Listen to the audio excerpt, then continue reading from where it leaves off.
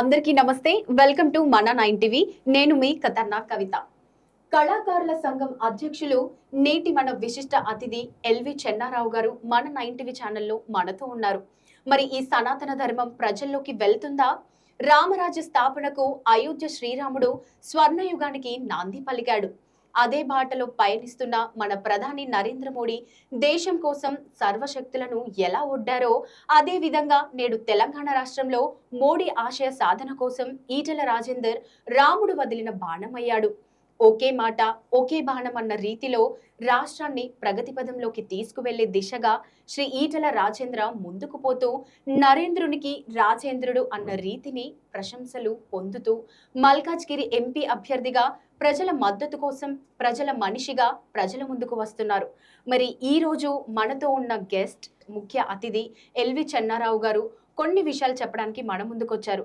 నమస్తే చెన్నారావు గారు. నమస్తే. మరి చెప్పండి, ముందుగా మోదీ గారి మన బీజేపీ అభ్యర్థి మన నరేంద్ర మోదీ గారి పైన మీ అభిప్రాయం ఏంటో చెప్పండి. ఆ శ్రీరామచంద్రుని తెలుసుకుందాం. జై శ్రీరామ్. నరేంద్ర మోడీ గారు ఈనాడు ప్రజల్లో కాకుండా భారతదేశంలో ఉన్నటువంటి ప్రజలందరికీ కూడా హృదయాలలో నిండి ఉన్నాడు ఆయన. ఏ విధంగా అంటే గత కరోనా టైంలో కావచ్చు, దేశ భద్రతలో కావచ్చు, ఆర్థిక వ్యవస్థలో కావచ్చు, ఆరోగ్య రీతిలో కావచ్చు, అన్ని విధాలుగా కూడా ఆయన మనల్ని భారతదేశాన్ని ఎంతో ఔన్నత్యాన్ని ముందుకు చాటి భారతదేశం ఇంత గొప్పగా ఉందా, భారతదేశం ఇంత గొప్పగా ఉందా అన్న రీతిలోకి తీసుకెళ్ళాడు భారతదేశాన్ని. దేశాలలో ఇరు దేశాలలో యుద్ధాలు, మొన్న ఈ మధ్య యుద్ధం కూడా జరిగింది ఉక్రెయిన్కి మన రష్యాకి జరిగిన దాంట్లో కూడా ప్రధాన పాత్ర పోషించి వారి విరుపక్షాలను కూడా కూర్చోబెట్టడం జరిగింది, యుద్ధం వద్దని చెప్పేసి. అంత గొప్పగా వెతికారు. గతంలో చూసాం,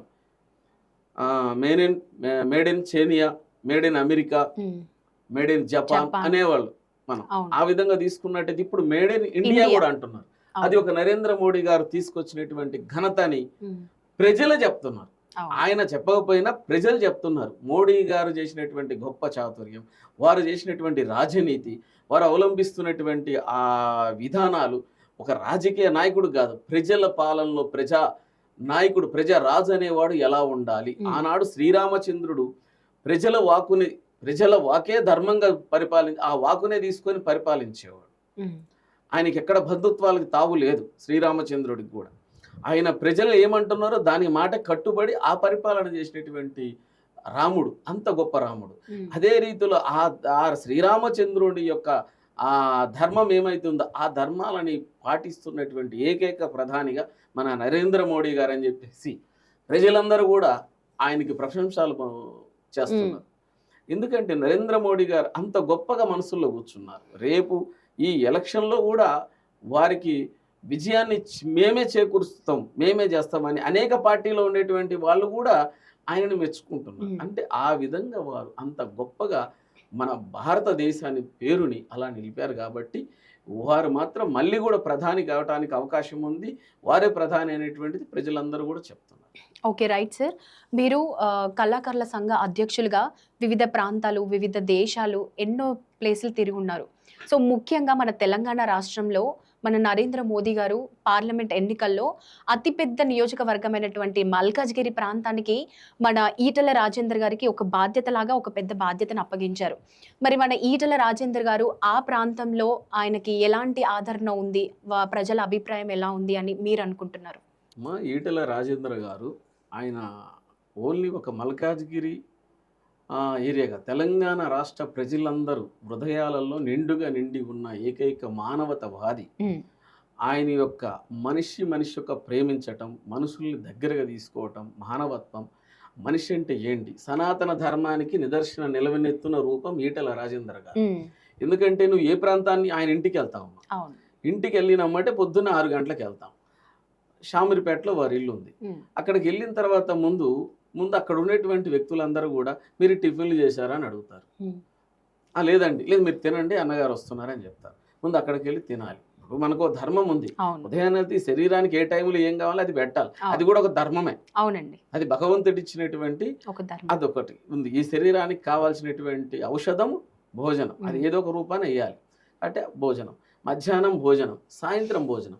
ఏ విధంగా అంటే 364 రోజులు ఆనాడు శ్రీరామచంద్రుడు అయోధ్యలో అయోధ్యపురి ప్రజలకు అయోధ్య రాముడి కాడికి వెళ్తే ఏ విధంగా భోజనాలు నిత్యం ఏ విధంగా భోజనాలు ఉంటున్నాయో పలహారాలు, అదేవిధంగా ఆ సనాతన ధర్మం ఆ ధర్మాల్లో ఆచరణలో పెట్టినటువంటి ఏకైక వ్యక్తి ఈటెల రాజేంద్ర గారు. ఓకే. వచ్చినటువంటి ప్రతి ఒక్కరికి కూడా వారికి తృప్తిగా భోజనం పెట్టి భోంచేసిన రండి మాట్లాడదామంటాడు. ఎంత వినయము, ఎంత నిదానము, ఎంత ప్రశాంతత, కావాల్సింది ఇటువంటి నాయకుడు కదా అని ప్రజలందరూ కూడా ఆయన్ని చాలా భుజాల మీదకి ఎత్తుకున్నారు, హృదయాలలో ఉండిపోయాడు. ఇంకా ఊరేగింపు ఒక్కటి ఉంది, ఆయన విజయోత్సవ ఊరేగింపుకి రెడీగా ఉన్నారు మల్కాజ్గిరి ప్రజలు. కానీ తెలంగాణ ప్రజలు మొత్తం కూడా ఆయనకి మనస్సు నిండుగా ఆయన మనసులో నిండి ఉన్నాడు ఆయన. కాబట్టి అంతమంటి గొప్ప వ్యక్తి ఆయన, మానవతావాది అనుకోవచ్చు. రాజకీయాలు ఒక కోణం, మనిషి యొక్క విశ్లేషణకు వస్తే ఆయన ఒక మానవతావాది. ఏ అంశాన్ని తీసుకున్నా ఈ మన సొసైటీలో మనం ఏ విధంగా ఉండాలి, వ్యక్తులను ఎట్ట ప్రేమించాలి, వ్యక్తులతోటి మనం ఏ విధంగా ఉండాలి, ఒక తండ్రి పట్ల, తల్లి పట్ల, బిడ్డ పట్ల, భార్య పట్ల అనేక విధంగా ఏ విధంగా మసులుకోవాలి, ఎట్ట ఉండాలి, మన జీవన విధానం ఏంది, మన పిల్లల్ని ఏ విధంగా సంరక్షించుకోవాలి, పిల్లల్ని ఏ విధంగా ముందుకు తీసుకుపోవాలి, చదువులు ఏ విధంగా ఉండాలి అనే అంశాలు అన్నిటి మీద కూడా ఆయన గతంలో ఆరోగ్య శాఖ మినిస్టర్గా చేశాడు, ఆర్థిక శాఖ మినిస్టర్గా చేసిండు. కాబట్టి అంత అనుభవం కూడా వాటికి జోడించి ప్రజల్ని ఎంతంటే ఆయన ఒక మాట అంటాడు, వాస్తవం అది. ప్రతి ఆ నియోజకవర్గాలలో ఆ నియోజకవర్గాలలో మాట్లాడేటప్పుడు ఎక్కడ ప్రజలకు ఇబ్బంది కలిగిందంటే అక్కడికి వెళ్ళిపోతాడు ఆయన. ఒక ఉదాహరణకి గతంలో జరిగినటువంటి ఒక పర్యటన ముగించుకొని రాత్రి 2 అయిపోయింది, ఇంటికి వచ్చారు వారు. ఇంటికి వచ్చిన తర్వాత మళ్ళీ ఫోన్ వస్తే ఎక్కడో యాక్సిడెంట్ అయింది, ఆయనకి సంబంధం లేదు, ఆయన నియోజకవర్గం కాదు, ఆయన పార్లమెంట్ కాదు. అయితే అక్కడికి తెల్లారుజామున 3:30కి వెళ్ళాడు. అయితే అక్కడ ఇంత అయింది, అక్కడ స్థానిక ఎమ్మెల్యేలు కానీ అక్కడ స్థానిక పోలీస్ వ్యవస్థ కానీ ఎవరు రాలేదంట. ఎవరు రాని పక్షంలో అక్కడికి ఈయన వెళ్ళి 1 గంట సేపు అక్కడే ఉన్నాడు. ఉండి అందరికి ఫోన్లు చేస్తే మొత్తం దానికి సంబంధించిన వ్యవస్థ అంతా వచ్చి నాకు అక్కడ చెప్పి వారికి ఏం కావాలో ధర్మం చేసి తెల్లారి 6 గంటలకు ఇంటికి వచ్చి మళ్ళీ వెళ్ళిన వ్యక్తి ఆయన. అంటే ఆయన పక్కన మా వాడు ఉన్నాడు కాబట్టి చెప్తుంటే ఈ విధంగా తెలుస్తుంది మొత్తం వాస్తవం. అంటే మనిషి అన్న వారికి ప్రాధాన్యత ఇస్తాడు. ఎవరన్నారని వారి ఇంటికి ఎవరన్నా వెళ్ళని, ఈయన డబ్బున్నవాడా, ఈయనది ఆ కులమా, ఈయనది ఈ మతమా, ఆయనకి ఏం లేదు. ఒక మనిషి నా ఇంటికి వచ్చాడంటే నాకు అతిథి. ఆయన ఇంటికి ఎవరు వెళ్ళినా కూడా అతిథులే. కాబట్టి అది ఎవరినైనా కూడా అంత ఆప్యాయంగా పలకరిస్తాడు. ఆయన పలకరింపే కాదు, ఆయన బాధ్యతగా మాట్లాడతాడు.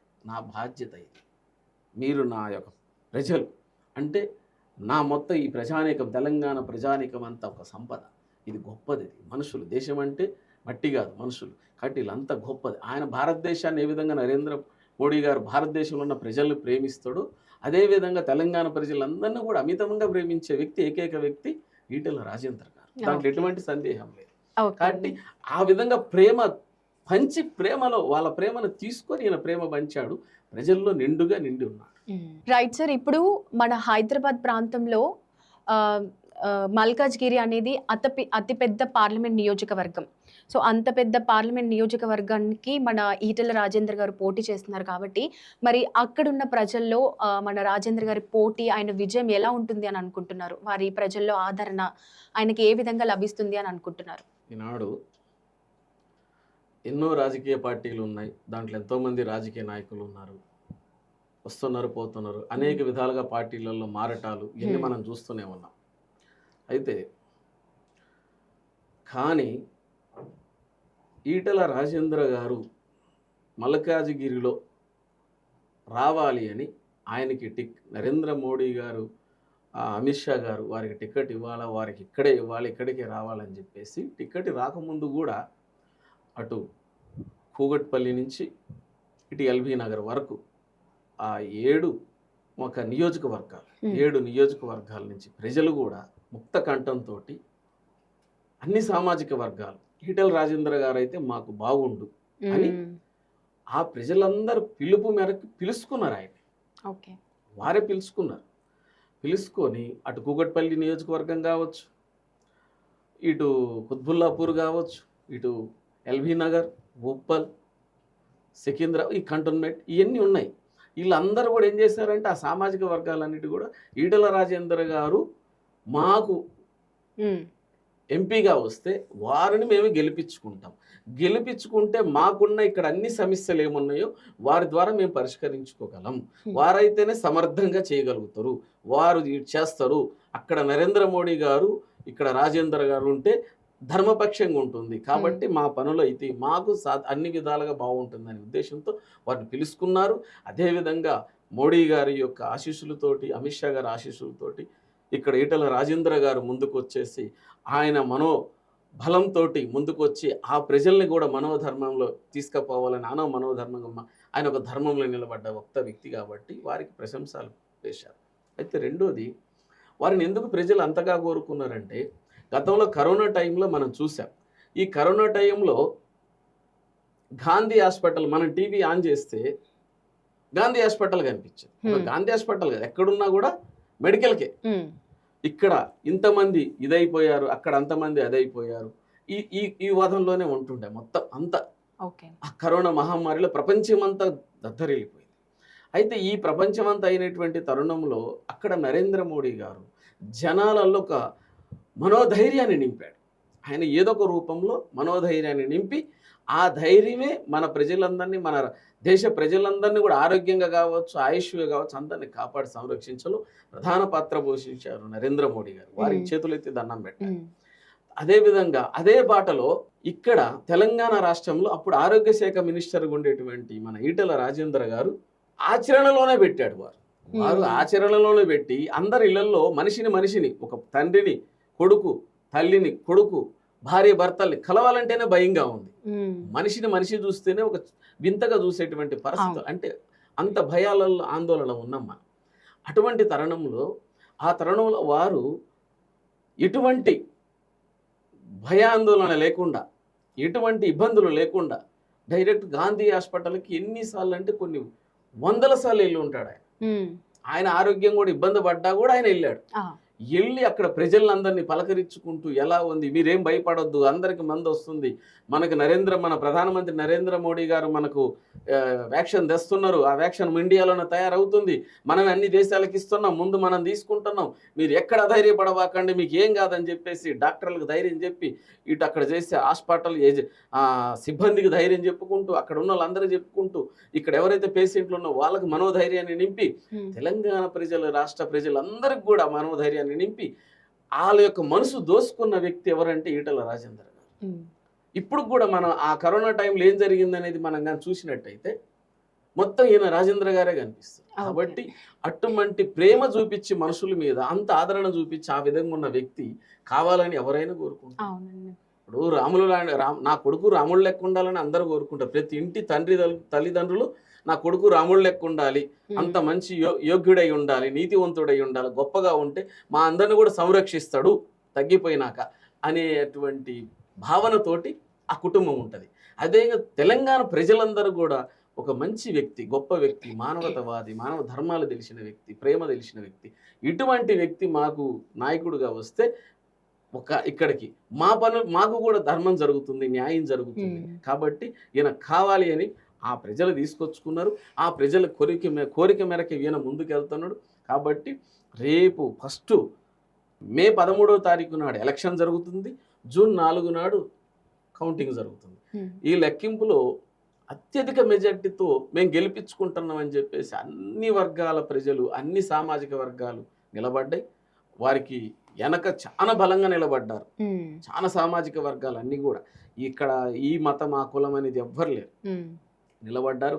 భారత ప్రజలేమో నరేంద్ర మోడీ గారికి నిలబడితే, ఇక్కడ మన రాజేంద్ర గారికి తెలంగాణలో ఉండేటువంటి మన మినీ ఇండియా అంటారు, ఏది మన మలకాజ్కి పార్లమెంట్ నియోజకవర్గం, అటువంటి ఆ ప్రజలందరూ కూడా ముక్త కంఠంతో వారు గెలుస్తున్నారు, జయలు వారికి పలుకుతున్నారు. కాబట్టి నేను వెళ్ళినటువంటి ప్రోగ్రాలలో మేము ఈ మధ్య జరిగిన కార్యక్రమాలలో మేము అన్ని ఒక ప్రోగ్రాంలకు వెళ్తుంటాం కాబట్టి అక్కడ ఉన్నటువంటి ఆ ప్రజలలో ఒక మ్యారేజ్కి ఎంతమంది వస్తారో ఒక 1000 మంది 2000 మంది వస్తారు. మేము అక్కడే ఉంటుంటాం, ప్రోగ్రామ్ అయిపోయినాక ఉంటాం. అందరూ అక్కడ ఏమేమి మాట్లాడుతున్నారు అనేటువంటి సంభాషణ మాకు తెలుస్తుంది. మేము వారిని అడగకపోయినా వాళ్ళు మాట్లాడుకుంటారు. ఇప్పుడు అంత గొప్పగా నరేంద్ర మోడీ గారి గురించి ఇక్కడ రాజేంద్ర గారి గురించి మాట్లాడుతున్నారు. వారి గురించి మాట్లాడుతున్నారంటే అర్థమైంది విజయం అన్నట్టే. కాబట్టి అందరికీ కూడా అసూయ పడేటట్టుగా ధర్మాన్ని నడుపుతున్నాడు. అంటే ఇంత మనిషి అనేవాడు ఎలా ఉండాలి, ఉక్కు నరాలు ఇనప కండలు వజ్ర కఠోరమైన మనసు కలిగి ఉండాలని వివేకానందులు వారు చెప్పినట్టు అదేవిధంగా ఆయన అంత ధర్మానికి అంత కట్టుబడి ఉంటాడు. మంచి వ్యక్తి. ఎవరైనా సరే ఆ పలకరింపు వేరు, ఆ ఒక పలకరింపులోనే ఆప్యాయంగా పలకరించే పలకరింపులోనే ఆ వచ్చినటువంటి వ్యక్తులు కూడా ఆయనకి ఇదైపోతారు, ప్రేమకి పడిపోతారు. అంతే. కాబట్టి ఈటెల రాజేందర్ గారు గొప్ప వ్యక్తి, చాలా మంచి వ్యక్తి. కాబట్టి వారి విజయం తథ్యమని చెప్పేసి మల్కాజ్గిరి ప్రజలందరూ కోరుకుంటున్నారు. నా యొక్క సొంతంగా నేను కూడా ఏమనుకుంటున్నంటే అటువంటి వ్యక్తి వస్తే మన సనాతన ధర్మం అంటే ధర్మంలో ఒకటే ఉంటుంది. సనాతన ధర్మంలో ఎదుట మనిషిని ప్రేమించాలి, అభిమానించాలి. మన చేసేటువంటి వృత్తిని ఏదున్నా వృత్తిని ధర్మంగా చేయాలి. మనం చేసేటువంటి ఏ విధమైనా కూడా పక్క వారికి ఇబ్బంది కలగకూడదు. కాబట్టి ఆ బాటలో నడవటమే ఒక సనాతన ధర్మం. ఎదుటి మనిషికి జీవన ఉపాధి చూపించుకుంటూ డాక్టర్ బిఆర్ అంబేద్కర్ గారు చెప్పినట్టు బతికించని మనం ఒక్కరం బతకటం కాదు, పక్కవారిని కూడా బతికించాలి. ఇది సిద్ధాంతం, ఇది ధర్మం, అదే సనాతన ధర్మం. ఈ ధర్మాన్ని కొన్ని విషయాలలో కూడా పెద్ద పెద్ద వాళ్ళు కూడా ఏకభవించారు. కాబట్టి దీన్ని కొంతమంది వ్యక్తులు ఏదే విధంగా చెప్పొచ్చు, కానీ అది దానికి లేదు. మూలం ఇదే, ఎదుటి మనిషిని ప్రేమించాలి, ఆ మనిషిని జీవనానికి కూడా మనం దోహదపడాలి, మనం జీవించాలి, అందరూ బాగుండాలి, అందులో మనం ఉండాలన్న సాంప్రదాయమే సనాతన ధర్మం. కాబట్టి ఆ ధర్మానికి నాంది పలికింది నరేంద్ర మోడీ గారైతే దాన్ని ముందుకు తీసుకుపోతున్నటువంటి వ్యక్తి మంచి భావాలతోటి మన ఈటెల రాజేంద్ర గారు. వారి విజయం తథ్యం, వారు గెలుస్తున్నారు, వారు అమోఘంగా ఉంటుంది. కాబట్టి ఆ యొక్క పార్లమెంటు పరిధి కూడా బ్రహ్మాండంగా వారు ఎటువంటి ఇబ్బందులు లేకుండా చేయగలుగుతారు. ఎవరు వెళ్ళినా కూడా ఏ అర్ధరాత్రి ఫోన్ చేసినా లేపే వ్యక్తి, ఏ టైంలో వెళ్ళినా కూడా సాధక బాధలు చెప్పుకున్నా కూడా వింటాడు. ఆయన ఎంతవరకు చేయాలంతవరకు పరిపూర్ణంగా ఆ ఇబ్బందులు లేకుండా చేయగలిగినటువంటి గొప్ప వ్యక్తి. కరోనా టైంలో మా మిత్రుడు రాత్రి 12 గంటలప్పుడు ఫోన్ చేశాడు. గాంధీ హాస్పిటల్లో ఒక ఫాస్టర్ చనిపోయాడు. ఆయన్ని అక్కడ తీసుకెళ్లాలని చెప్పేసి వారికి ఎక్కడ మన వరంగల్ తీసుకెళ్ళాలి అంటే బాడీని ఇవ్వటంలో వాళ్ళు ఎవరు కూడా అప్పుడు హాస్పిటల్ నుంచి బాడీని ఇవ్వలేదు కదా. ఇవాళ తీసుకుపోవాలంటే వాళ్ళు ఒప్పుకోకపోతే వారికి ఫోన్ చేసి చెప్పి ఏదో చేస్తే ఆ టైంలో ఫోన్ లేపారు ఆయన. రాత్రి 12:30 గంటప్పుడు ఫోన్ లేపటం అంటే ఆశామాష. ఒక మినిస్టర్ గారు ఫోన్ లేపి తెలుసుకొని ఆ టైంలో వాళ్ళు అక్కడ ఏం కావాలో వాళ్ళకి అన్ని సదుపాయాలు చేసి కొన్ని ప్యాక్ చేసి వాళ్ళ ఫార్మాలిటీలు అన్నిటినీ కూడా వాళ్ళు చేసేసి ఆ కిట్లో పెట్టి అన్ని చేసి భద్రం చేసి ఇచ్చి పంపించారు. అంటే ఇది ఎంత గొప్ప విషయం. కాబట్టి ఇటువంటి సేవలు చాలా మందికి అందించారు. నాకు తెలిసింది చిన్న గోరంతా, తెలియాల్సింది కొండంత అన్నట్టు వారు చేసిన సేవలు అమోఘం, చాలా గొప్పవి ఉన్నాయి, అవి చెప్పుకుంటే తీరదు. కాబట్టి వారికి దగ్గరగా ఉన్న వాళ్ళందరికీ కూడా తెలుసు వారేంటో. ప్రేమమూర్తులు వారు చాలా గొప్ప వ్యక్తి. కాబట్టి వారు గెలవాలని నా మనస్ఫూర్తిగా నేను కోరుకోవటమే కాదు, గెలుస్తున్నారని అనుకున్నాం. అదేవిధంగా మా కళాకారులు అందరూ కూడా వాళ్ళ విజయానికి సోపామానంగా వారి విజయానికి మేము కూడా ముందు నాంది పలుకుతున్నాం కళాకారులు. కాబట్టి ప్రజలందరూ కూడా పట్టం కట్టడానికి రెడీగా ఉన్నారమ్మా. ఏం లేదు, సింపుల్ గా మల్కాజ్గిరి ప్రజలు మొత్తం కూడా పార్లమెంటు ప్రజలు వారికి పట్టం కట్టి సింహాసనం మీద కూర్చోబెడతారు వారిని. ఇంకా ధర్మ పరిపాలన అక్కడి నుంచి బ్రహ్మాండంగా ఉంటుంది, ఎటువంటి ఇబ్బంది లేదు. కాబట్టి రైట్ అండి. ఇప్పుడు ముస్లిమ్స్ కి ట్రిపుల్ తలాక్ అనేది వాళ్ళకి ఒక విముక్తి అనేది వచ్చింది అక్కడి నుంచి. సో నేను ఇప్పటి వరకు చూసిన సర్వేలలో చేసిన సర్వేలలో ముస్లిమ్స్ వాళ్ళు కూడా పాజిటివ్గా ఉన్నారు. ట్రిపుల్ తలాక్ అనేది వాళ్ళకి ఒక పెద్ద భయంకరమైన అది. సో దాని నుంచి వాళ్ళకి విముక్తి వచ్చినందుకు వాళ్ళు చాలా సంతోషాన్ని వ్యక్తం చేస్తున్నారు. సో ఈ ట్రిపుల్ తలాక్కి సంబంధించి కూడా మీరేమైనా చెప్తారా? ఇది గతంలో మనం ఇక్కడ చూసుకున్నట్టయితే సృష్టిలో మనిషి ఒక్కడే. ఇందులో స్త్రీలింగం పురుషలింగం, స్త్రీ పురుష ఇద్దరే. అయితే ఈ ధర్మానికి చూసుకున్నప్పుడు ఈ మతాచారాలు ఇవన్నీ కూడా దేవుడు మీ దేవుడేనా మా దేవుడేనా, మా మతం ఇది మీ మతం ఇది అనేటివి ఈ తర్వాత. ముందు ఆకలి ఉన్నప్పుడు నీవెక్కడ పంచభక్ష పరమాణాలు పెట్టావా, లేదో ఇంత ఒక రసం వేసి ఇంత అన్నం తిన్నావా అన్నదిగా. ఆకలేసినప్పుడు అక్కడ ఏది ఉంటే అది తింటాం, అది ఆకలి పడుతుంది, పడితే అప్పుడు మనిషి తృప్తి చెందుతుంది ఈ శరీరం. అంటే ఇది ధర్మం, అది దీనికి పెట్టాలి, ఏ టైంలో ఏం పెట్టాలో అది పెట్టాలి, అది ధర్మం అది. అటువంటి ధర్మ వ్యవస్థలో మనం జన్మించి ఇంత సృష్టిలో 84 లక్షల ప్రాణులు ఉన్నాయి. మనిషి ఒక్కడే ఆలోచింపగలిగినటువంటి, తెలివి కలిగినటువంటి, జ్ఞానం కలిగినటువంటి వ్యక్తి, జీవి ఏదన్నా ఉందంటే మనిషి. ఇటువంటి అప్పుడు ముందు మానవ ధర్మము, మనిషి మీద ఉన్న ప్రేమ, మానవ ధర్మాలు ఈ మరవకూడదు. స్త్రీ అంటే ఎవరు? మన తల్లిగా, మన చెల్లిగా, మన అక్కగా, మనకి ఎన్నో విధాలుగా సేవకురాలు, సతీమణిగా, మనకి ఇన్ని అవతారాలకు ఎత్తింది ఒక స్త్రీమూర్తి. ఒక పురుషుడు ఒక్కడే, అది ఏ స్థానంలో ఉన్నా పురుషుడు పురుషుడే. కానీ ఆ పురుషుడికి ఇన్ని స్థానాలు ఇస్తూ ఇన్ని సేవలు చేస్తుంది. ఇటు తల్లిగా చేస్తుంది, అటు అక్కగా చేస్తుంది, ఇటు చెల్లిగా చేస్తుంది, ఇటు భార్యగా చేస్తుంది, అటు వదినగా చేస్తుంది. ఇన్ని సేవలు చేస్తున్న స్త్రీమూర్తి. ముందు మనం తెలుసుకోవాల్సింది ఏంటంటే, వీళ్ళు ముస్లింలా, వీళ్ళు హిందువులా కాదు, మనకు వీళ్ళు స్త్రీమూర్తి. ఆ స్త్రీమూర్తిని మనం ఎలా గౌరవించాలి, ఆ స్త్రీమూర్తిని మనం ఎలా ధర్మాచరణలో చూడాలి, మనం వారిని ఏ విధంగా గౌరవించాలన్న దాంతో చూసుకున్నట్టయితే ఆ ప్రతిపాదనలో మహిళలకు ఎక్కడ అన్యాయం జరగవద్దు. మహిళలు ఎవరైనా సరే, మహిళలే, వాళ్ళకి ఇబ్బంది కలగవద్దు. ఇప్పుడు నా యొక్క అవసరం నిమిత్తము మీరు వద్దు, పక్కకు జరిగిపోండి, నేను ఇంకొకరిని చేసుకుంటానంటే ధర్మం కాదు కదా అది. కాబట్టి ఆ ధర్మం అనేది ధర్మంగా నడవాలని చెప్పేసి, కాబట్టి అటువంటి తరుణంలో ఆయన మొడయ్య గారు తీసుకొచ్చినటువంటి ఆ విషయం అందరికి నచ్చింది, మెచ్చారు. కాబట్టి మా ఇంటికాడ మాకు అందరం మేము వరుసలు పెట్టే పిలుచుకుంటాం. ఇప్పుడు కూడా మా ఊర్లో పిన్ని అంటాం, మా ఇంటి పక్క ఆయన చిచ్చా అంటాం ఉంటారు. వాళ్ళందరూ మమ్మల్ని కూడా రారావరా అని పిలుచుకుంటాం ప్రేమతోటి. అక్కడంతా ఆ నుండి ఏంది చెన్నప్ప ఎక్కడికి పోయి వస్తున్నావు అని అడుగుతారు. లేదమ్మా ఇటు వెళ్ళి వస్తున్నాను అంటారు. ఏందమ్మా ఈసారి ఓటు ఎవరికి ఏందంటే, మేము నరేంద్ర మోడీ గారికి మా ఓటు, మా మొత్తం అనుకున్నాము నరేంద్ర మోడీ గారికి ఓటేస్తాం. ఏమ్మా ఎందుకంటే, లే చాలా మంచి పని చేసినారు బిడ్డ, గతంలో మేము ఏమి చేసినా మా పిల్లలు ఎంత ఇబ్బంది పడ్డారో, మేము ఇంత కట్నాలు ఇచ్చి పెళ్ళిళ్ళు చేసి ఇంత వ్యవహారం చేసినా కూడా మా పిల్లల్ని ఇంటికి పంపించినటువంటి పరిస్థితి అయిపోయింది. మేము ఏం చేయాలి, పిల్లలు మళ్ళీ వాళ్ళకి మేము ఇట్ట బతకాలి, ఇది కష్టం ఉంది బిడ్డ. అందుకని ఆయన నరేంద్ర మోడీ గారు ఇంకా 10 కాలాల పాటు చల్లగా ఉండాలా, ఆయనే ప్రధానిగా ఉండాలా. మాకు వ్యక్తిగతంగా ఏం చేసిన, లోకానికి ఏం జరిగింది, మేలు జరిగిందా లేదా, మన దేశ ప్రజలందరికీ కావాలి. కానీ మా ఒక్క కుటుంబానికి ఏం జరిగింది అన్నది కాదు, దేశ ప్రజలందరికీ మేలు జరిగిందా అన్నది కావాలి. కాబట్టి చాలా గొప్పగా చేశారు. వారికి మా ఓట్లన్నీ వారికి అన్నారు. అంటే ఇది మనం చెప్పకుండానే వాళ్ళకి మనసులో వచ్చేసింది. అంటే ఎప్పుడైనా ఒక మనిషి ధర్మబాటలు వెళ్తున్నాడు అంటే ఆ ధర్మబాటలో అందరు రావాల్సింది. కాబట్టి ఈ మోడీ గారు వెళ్ళే ధర్మబాటలో మిగతా రాజకీయ పార్టీలు అందరూ కూడా కలిసి రావాల్సిందే, తప్పదు. ఆయన వ్యక్తిగతంగా చేస్తుంది కాదు, దేశ భద్రత గురించి, దేశ ఆర్థిక వ్యవస్థ గురించి, దేశంలో ఉన్నప్పుడు మన యువతరం ఎంతో ఉంది, ఆ యువతరానికి ఏం చేయాలి, రాబోయే రోజుల్లో ఏంటి, ఆరోగ్యం ఏంది, చదువులేంది, వీటన్నిటిని ముందుకు ఎలా వెళ్ళాలని అన్నింటినీ తీసుకొని, ఇప్పుడు చిన్న చిరు వ్యాపారి కూడా ఇప్పుడు మనకి ఫోన్పేలు, గూగుల్ పేలు ఎన్ని వచ్చినాయి, అకౌంట్స్ ఎన్ని వచ్చింది, ఎవరు నరేంద్ర మోడీ గారే తీసుకొచ్చారు. ఇటువంటి తరుణంలో ఒక చిన్న వ్యాపారి మా ఇంటికాడ ఆయన ఉల్లిపాయలు అమ్ముకుంటూ వస్తుంటాడు. ఆయన అది ఒకటి ఫోన్పే పెట్టుకుంటాడు, అక్కడ 100 రూపాయలు కొట్టేస్తారు.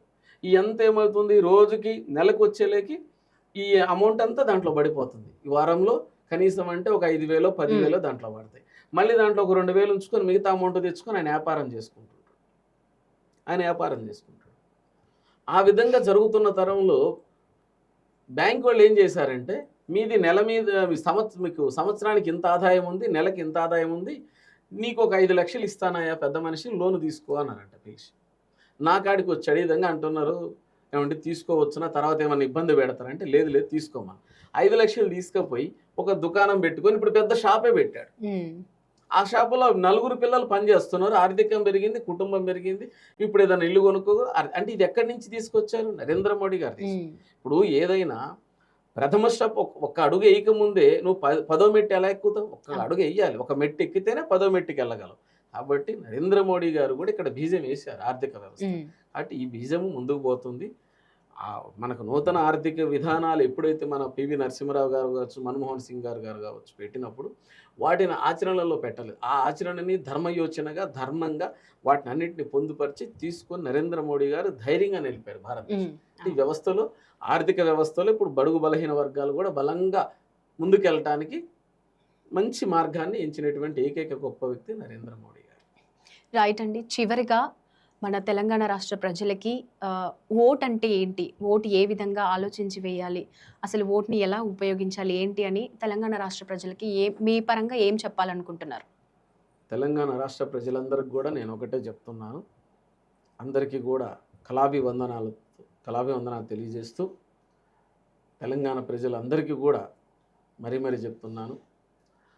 ఎవరైనా సరే ధర్మపక్షంగా, ధర్మ బాటలో మంచి వ్యక్తి ఎవరైతే ఉన్నారో వ్యక్తులందరికీ చక్కమైనటువంటి భాషని, మన ధర్మాన్ని, మన సంస్కృతిని, మన సాంప్రదాయాలని, మన ధర్మం ఎటువంటిదంటే ఈ ధర్మం అనేటువంటిది ప్రతి మనిషిలో, ప్రతి పుట్టని, ప్రతి ఒక్క చెట్టుని, ప్రతి నోరు లేని మూగజీవిని కూడా ప్రేమించేటువంటి ధర్మమే మన యొక్క సనాతన ధర్మం.